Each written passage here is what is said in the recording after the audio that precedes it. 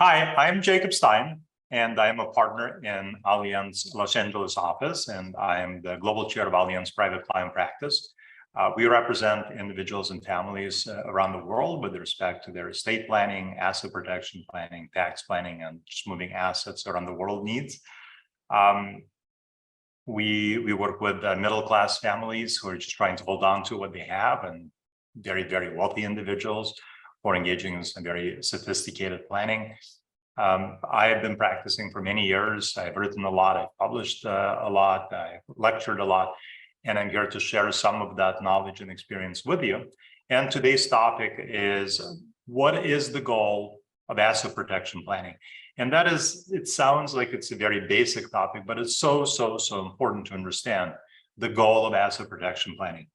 The name would suggest that the goal of asset protection planning is to protect assets, meaning to make assets unreachable by creditors. And that would be a wonderful objective to pursue if it was possible.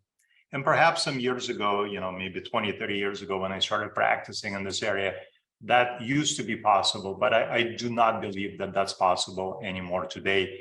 Plaintiffs and creditors are just much smarter, much better educated, much more aware of how to unravel asset protection structures, how to attack them. So I don't think that in general, engaging in bulletproof asset protection planning is something that is available to most debtors. It is something that is sold a lot on the internet, but I don't believe it's a viable objective. So what is then the goal? Well, in my experience, the goal of asset protection planning is to make it difficult and expensive for someone to go after your assets. And if you make it difficult enough, and if you make it expensive enough, what will happen? Well, our statistics, and we've represented a few thousand clients by now with respect to asset protection planning needs, is the following happens. When a plaintiff or a creditor are confronted with an asset protection structure, about a third of the time, they will just walk away. They will not pursue our client. They will not go after our client's assets. And that's the best possible result, right? They may not bring that lawsuit at all, or if they're already in litigation, they may be willing to walk away. So about a third of the time.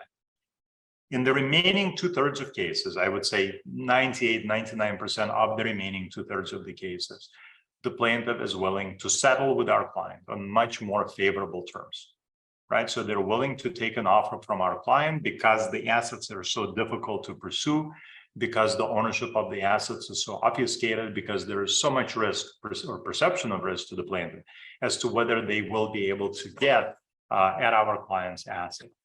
And I would say that perhaps in the remaining 1 to 2% of cases, the plaintiff will not be deterred by the asset protection structures.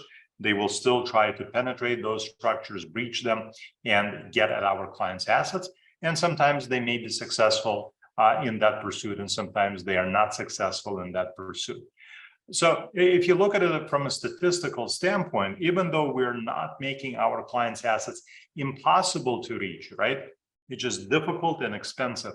It changes the plaintiff's economic analysis of their case. Is it still worth it to go after our clients' assets? Let's not throw more good money after that. Perhaps there are other co-defendants they can go after, and the other co-defendants have assets that are easier to reach than our clients' assets are now as a result of asset protection planning. Again, we won. So the goal of asset protection planning is to make it more difficult, more expensive, obviously in a legal way, right? For a plaintiff and a creditor to go after our clients' assets. So as you look at different asset protection planning structures, please focus on that. Don't try to find the best structure. Don't try to find the perfect structure, the most bulletproof structure. That probably doesn't exist, right? Given what is available to you, what will make it difficult enough and expensive enough to change the economics of the case for the plaintiff? I'm Jacob Stein, and thank you for watching this reel.